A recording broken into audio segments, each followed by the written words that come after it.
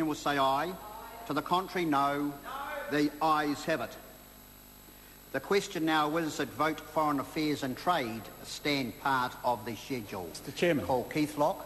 Thank you, Mr Chairman. Last week I moved a motion, quote, that this House condemn the shooting of peaceful demonstrators in Hama and other Syrian cities and call upon the Syrian government to enter into a serious national dialogue to chart a transition to democratic government, end quote. I thank the House for passing my motion because it is so important that people and parliaments around the world support the Syrian people in their hour of need. The people of Syria are so brave, going out onto the streets week after week when they know the regime is likely to fire on them. A victory for the Syrian people, coming on top of the successes in Egypt and Tunisia, would give considerable impetus to democratic struggles across the world. I appreciate that our Foreign Minister did give support for the Arab Spring in a speech last Tuesday. He had been under some criticism previously. One of the placards on a Syrian protest in Auckland that I attended the Saturday before his speech read, quote, "NZ government, your silence is deadly." Unfortunately, in his speech last Tuesday, Mr McCulley was less optimistic than the Greens about the Arab Spring, talking about the, quote, risks and possible, quote, dangerous implications for national regional security, which I think was an allusion by him to unresolved Israel-Palestine issues. Actually, if more and more Arab governments become democratic, and they will inevitably be more actively pro-Palestinian, this will help resolve the Arab-Israeli dispute. We will need much more international pressure on Israel for a resolution involving the creation of an independent Palestinian state within the pre-1967 borders. That is a Palestinian state that includes much of the West Bank land currently occupied by Israeli settlers. Mr McCulley worries that the probable vote in the UN General Assembly next month to recognise an independent Palestinian state may, quote, isolate Israel, end quote, and risks making negotiations more difficult.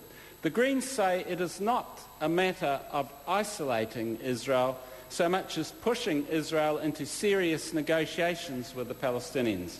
However, I do commend Mr McCulley for not ruling out New Zealand voting for the UN General Assembly resolution for an independent Palestine when it comes up next month.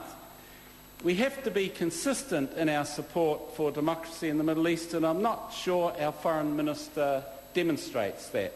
He says in his speech that, quote, to Egypt's east, Shia-Sunni tensions were exacerbated to the point that troops from other GCC, that is Gulf Cooperation Council countries, were sent into Bahrain, end quote.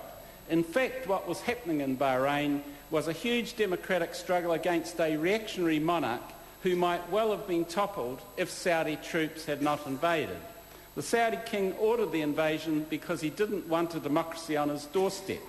Perhaps the trade opportunities in the Gulf cause our Foreign Minister to view the Saudi invasion through rose-tinted spectacles. On Libya, the Minister also got it wrong. He has supported the NATO assault on Libya, which has only increased political support in Libya for the dictator Gaddafi. Now the rebels seem to be fighting amongst themselves and competing for recognition by NATO. Gaddafi will be deposed eventually, but the NATO assault has only prolonged his departure and increased killing on both sides. The NATO bombing campaign is illegal in contravention to the UN Charter, which puts priority on conflict resolution instead of war. The decision to bomb Libya was based on a series of lies. Firstly, that a big massacre of civilians was about to take place.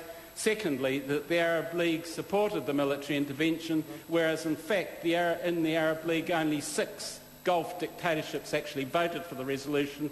And thirdly, that what was being created was a no-fly zone, when in fact it was all about regime change, which has included attempts to assassinate Gaddafi and his close colleagues, and the targeting of a range of civilian government facilities, including the bombing of the government's TV station by NATO.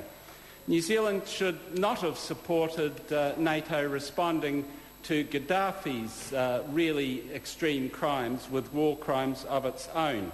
It is much more productive for people... Order. Call David Shearer. Thank you, Mr Chair.